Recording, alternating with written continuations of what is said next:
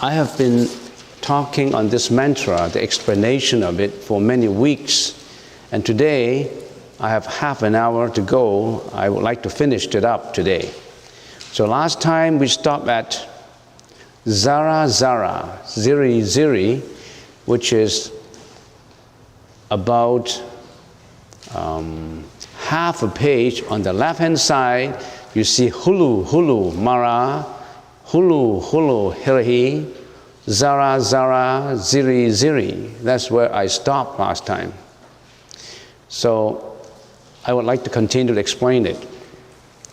As we all know, a mantra or Dharani is translated from Sanskrit.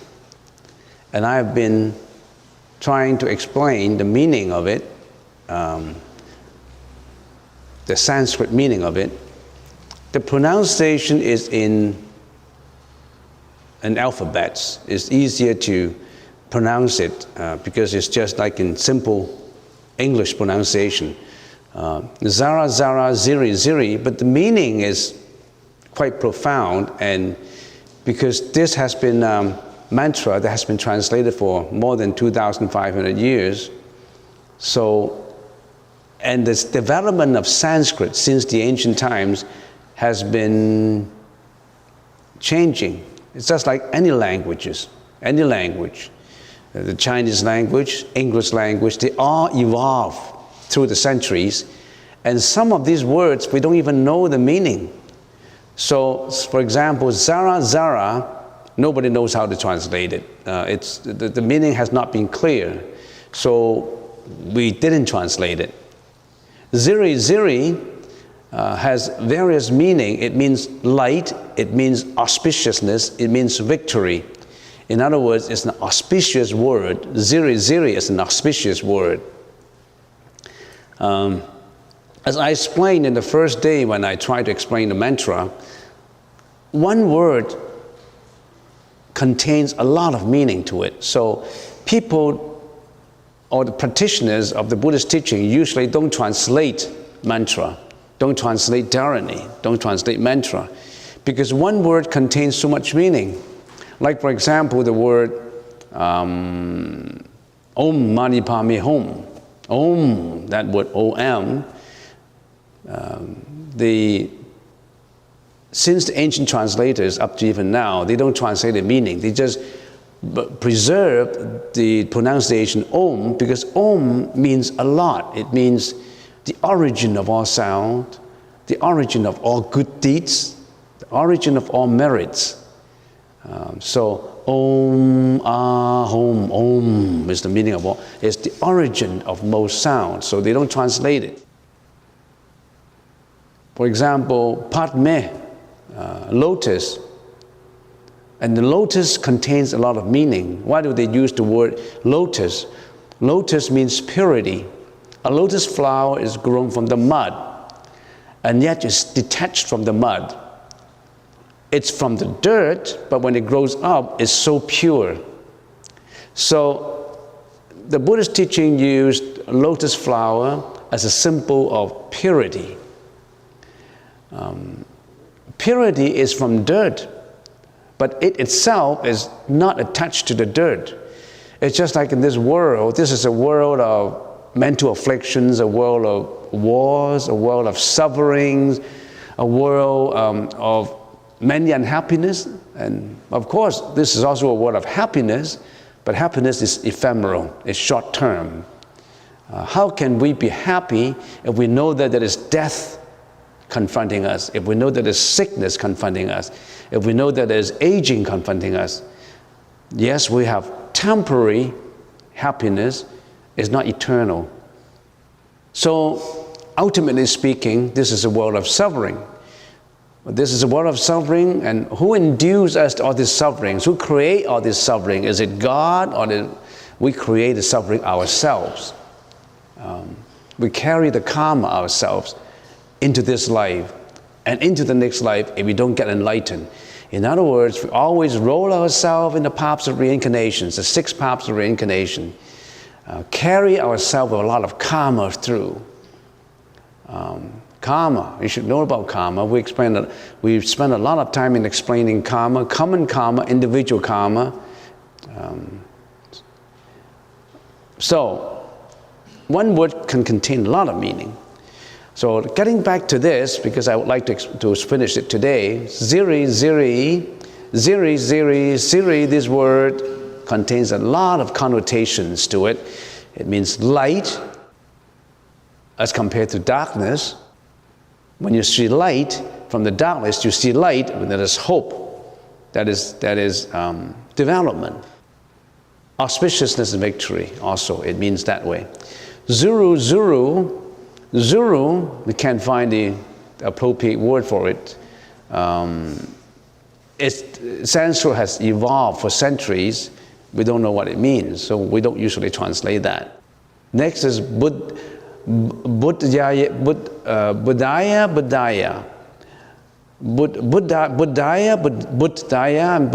What does Buddha means to you? Buddha means a statue, a wooden statue, a stone statue, not just a material. Bud means what? Bud means complete understanding of the universal truth, a complete understanding of the whole universe. That's Bud.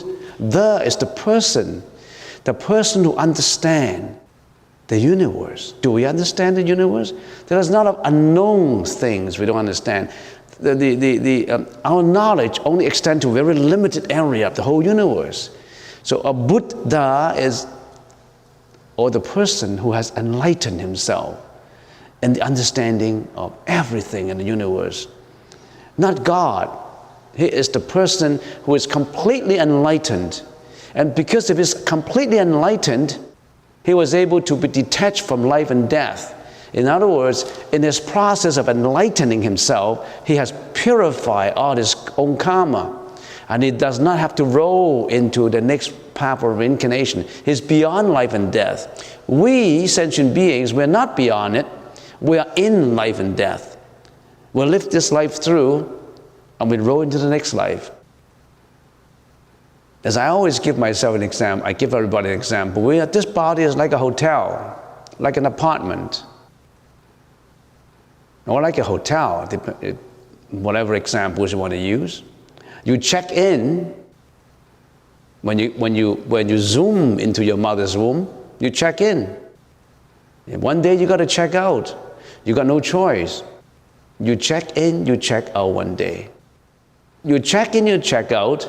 Life after life, you're changing your form. You're John in one life, you're Janet in the next life, you're William in the next life. You change your form, you change your hotels all the time, checking in different hotels.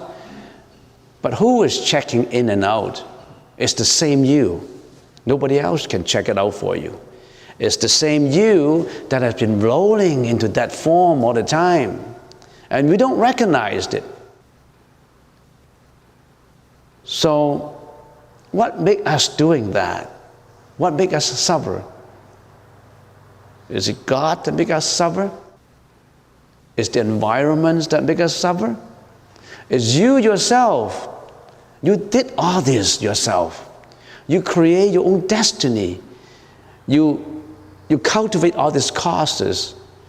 And the law of causality said you have that cause, you have that effect.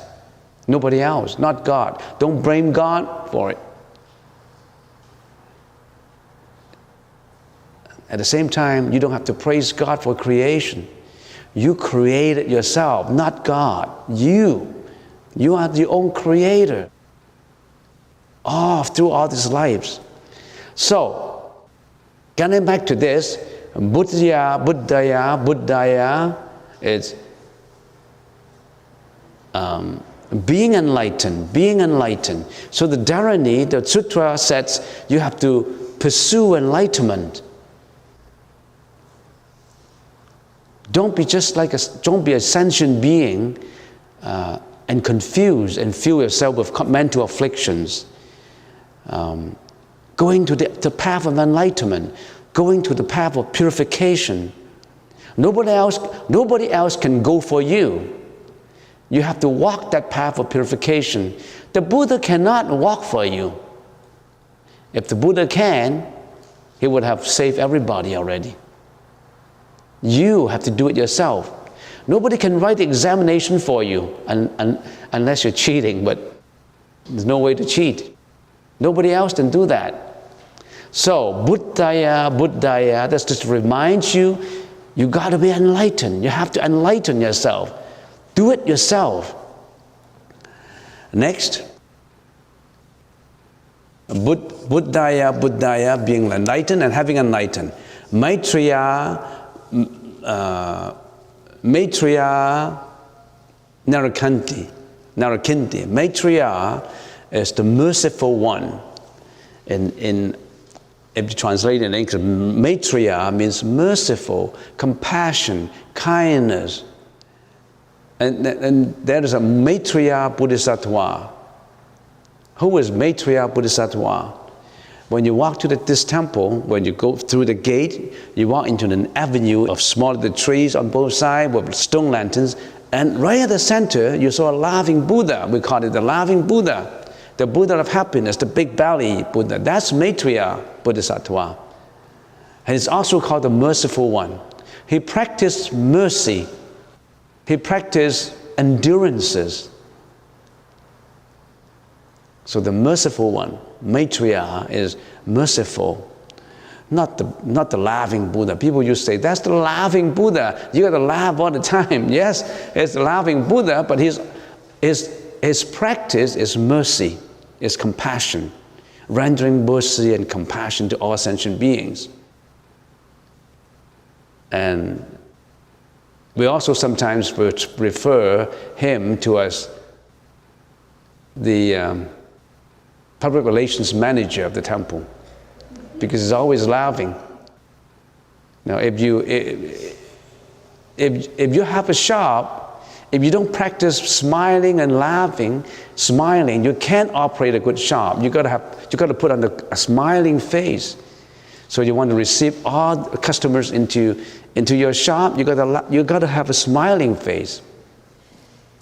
Nobody would hit a smiling face. That's a Chinese proverb saying nobody would hit a smiling face. Would you hit a smiling face? No. Narakinti. Narakinti is the blue neck Bodhisattva. Why blue neck? We still don't know. This has been a Sanskrit that's been translated for thousands of years. Blue neck. Maybe Avalokitesvara Bodhisattva in the ancient times appeared as a blue neck Bodhisattva. Blue neck Bodhisattva seems to be a very sacred Bodhisattva. So Narakinti, Narakinti, that word shows in this mantra a few times, at least 3 times. I didn't count, but at least 3 times. Narakinti, that means the blue neck Bodhisattva, the Bodhisattva of compassion, Avalokitesvara Bodhisattva. Narakinti, Darasinina, Maitreya Narakinti, Darasinina, Payamana Swaha, Darasnina is the courageous one, courage. So the description is, when you practice meditation, when you practice enlightenment, you have to be courageous, like a courageous one. Sometimes you're despair, you're disappointed, you have to build up your courage in practicing it, the courageous one. Vayamana is the great mind, the terrifying mind, the one that has that's respectable and great. Vayamana. Swaha. This word swaha, it's a constantly, a frequently used word in mantra. In almost all mantras, they have this word swaha. It means all accomplished. So if you follow this, you are accomplished in the path of purification. So swaha.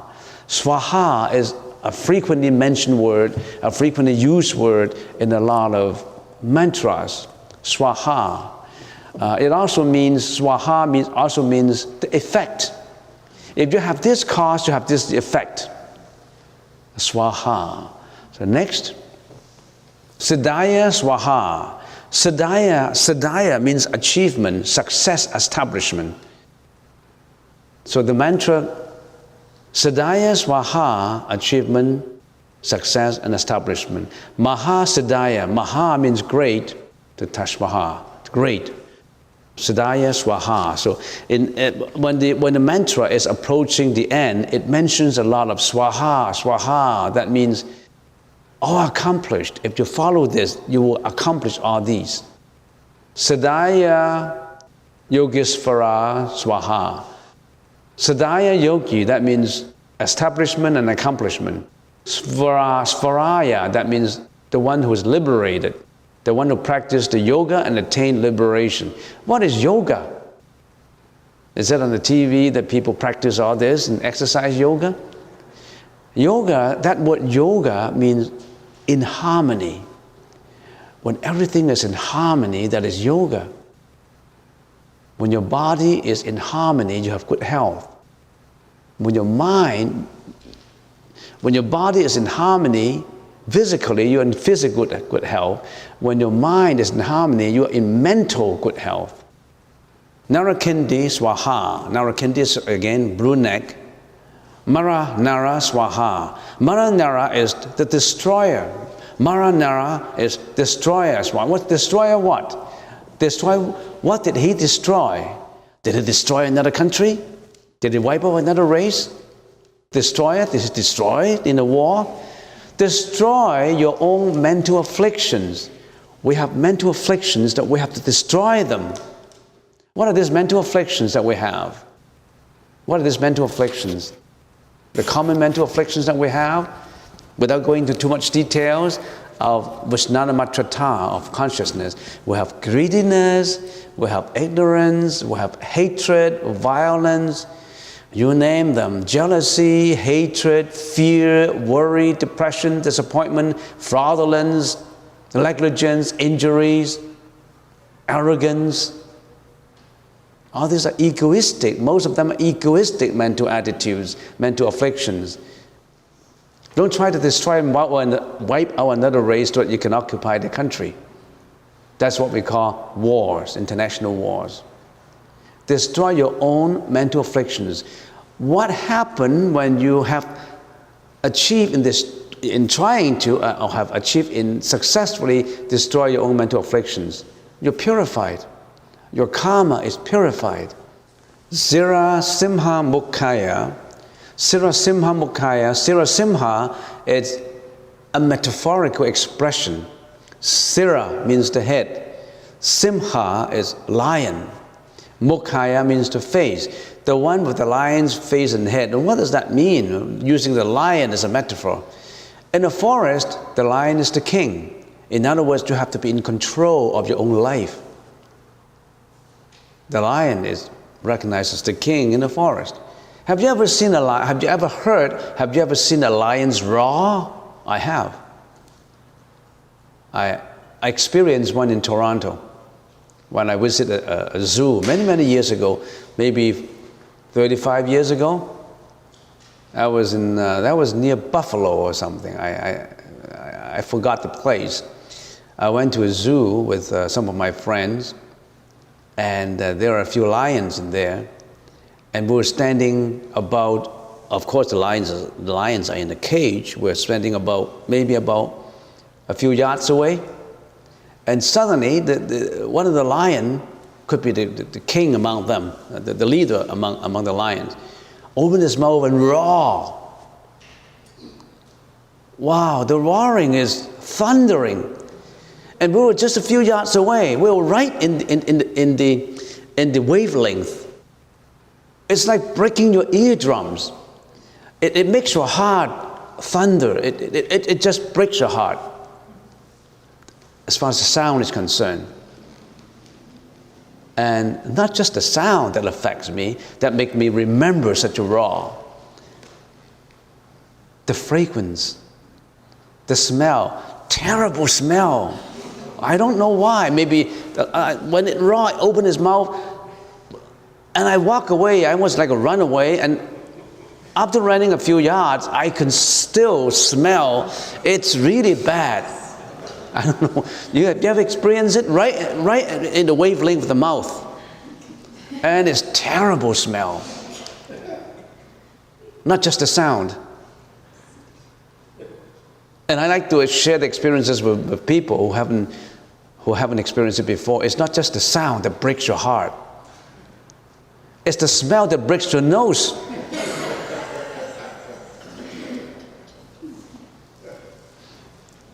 And maybe the lion ate too much meat.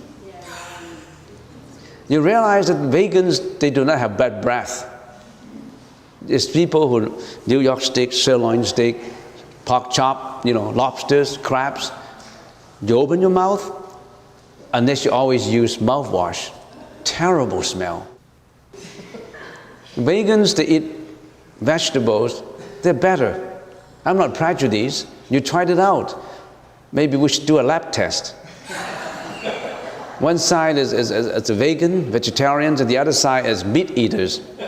And start to check the bad breath. You'll know what happened. I can always guarantee you'll get bad breath from eating meat. How do they raise cows these days? Not in the gray, not in the landscaping greens anymore. They put them in burrows. They can't move. They put hormones. They're eating chemicals. You're eating what they're eating, actually. Most of these chickens and cows, they're sick before they were sent to the slaughterhouses. And what do? You're eating the dead bodies of animals every day, and you don't realize it. Dead bodies. Would you want to keep on eating dead bodies? Chickens, you check into slaughterhouse websites. How do they treat chickens in the slaughterhouses? They hang them up in hooks in the assembly line and slice them. And most of these chickens I saw from don't want to mention the slaughterhouse name. Most of these chickens are sick because they're not allowed to move when they raise them. They're not running anymore. They're laying eggs every day, and they can't even get a chance to see their own eggs that they lay. They can't move around. And maybe within 1 month, they have to grow from a tiny little chick into a hen, into a fat chicken. Then they can be sold to the market with heavyweight, so that the entrepreneurs can make money. So watch what you're eating. Dead bodies, not worth it. Not worth eating dead bodies every day. Next, Zava Maha Asidaya Swaha. Sava means all, Maha means great, Asidaya means accomplished. To all the great accomplished ones. Who are the accomplished ones? The ones who got enlightened. You don't have to go through the path of reincarnation anymore. No more reincarnation, life and death, beyond life and death.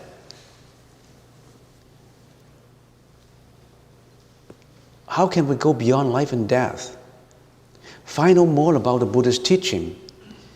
The Buddha's teaching is not about getting merits, getting blessings. It's about how to save yourself from rolling into life and death again. Going beyond suffering, no more suffering. For you and for your folks, no more suffering. Chakra Astaya Swaha. Chakra is the wheel. Astaya is accomplished one. Turn, in other words, other than just enlightening yourself, you got to enlighten others too. What chakra means is the wheel, turning the Dharma wheel. In other words, if you're just talking about saving yourself, that's not enough. That's arahat, that's theravada, that's arahat. Just, I'm safe, I already have enlightened myself to such a point that I'm already beyond life and death. I saved myself. There is a practice like that. But the Buddha said that's not enough. addition to saving yourself, you have to save all the others. So you have to turn the Dharma wheel. So chakra is turning the wheel. I read somewhere that one of the major inventions of humanity is the invention of the wheel. Without a wheel, we can't go any further. A wagon needs the four wheels. The invention of the wheel is the most important, one of the most important inventions of humanity. It spreads the news, it spreads Dharma. Chakra, Hastaya Swaha. Padma, Hastaya Swaha. Padma is the one who hold a lotus flower.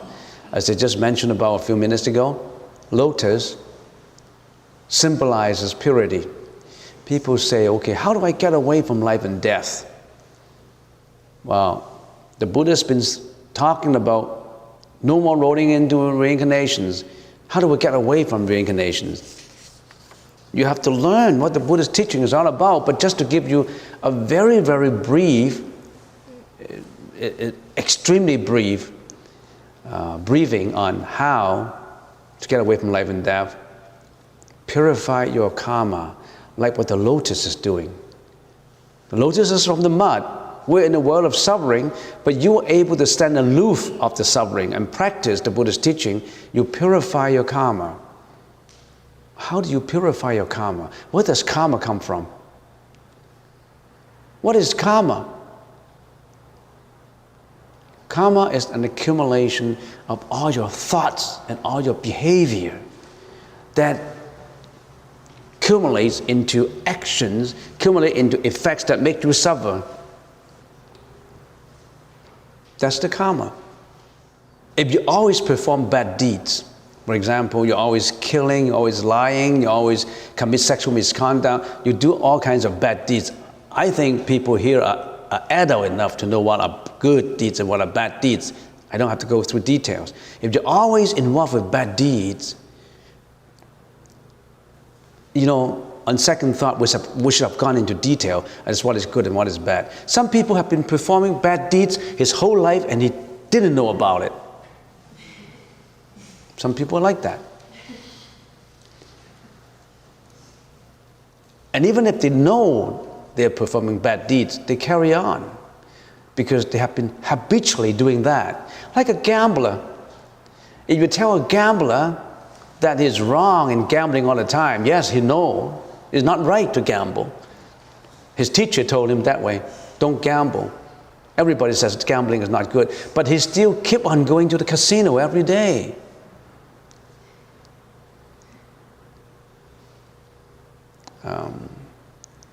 Especially the payday. He got his paycheck, the next day you see him in his casino. The third day, he's trying to get a loan from you because he got it all squandered away. There are people like that. I can tell you a story in Hong Kong that happened in the 1950s. In the 1950s, there are what they call compradors in Hong Kong, the British compradors. And the compradors are billionaires because they were trading east and west. And there was a Mr. Chen, the Chen family, and a big family. A family with 30 housekeepers, with a zoo inside. You know how big and how rich the family is. And he had a few kids. And one of the children, adults already, 30, 35, he was a gambler. He liked to gamble. And the father said, one day the father said, son, I have already helped you to repay all your gambling loan, and I make a calculation, it's 6.5 million already. In the 1950s, 6.5 million is a lot of money in the 1950s. And if you continue doing that, I'm not going to leave you a penny when I died. And the son said, "Oh no, Dad, I won't do it again. I won't. I won't do it. I know it's wrong to gamble, and I appreciate you paying off my loans. And in order to show that I really want to I'm really repenting, and I'm very remorseful inside. I want to show you my determination that I'm not going to gamble." He took out a knife and he chopped one finger off right in front of the dad. I was just blood spurting out, and they called the ambulance and ran him to a hospital, and okay, after just a finger. So he stopped gambling, but only for 2 months. He went back again. And he's involved in another loan. The whole family is having a meeting now. We want you out of the family because we can't continue to pay your gambling loan. You're out. It's a big family. They have it's like a family meeting. And the man said, "Oh, I'm really sorry." He took out his knife again to chop off another finger. "This time it's going to be real. I will not do it again." And that being a very affectionate family, they forgive each other and they give him another chance, a last chance. He was given a last chance at the chopping of the second finger. 2 fingers gone. And what happened to him? I want to make this story open. You think about it. What happened? It's a true story. Right? I want to carry on. Narakindi Vagalaya Swaha. Narakindi is the blue neck one. Vagalaya is tiger.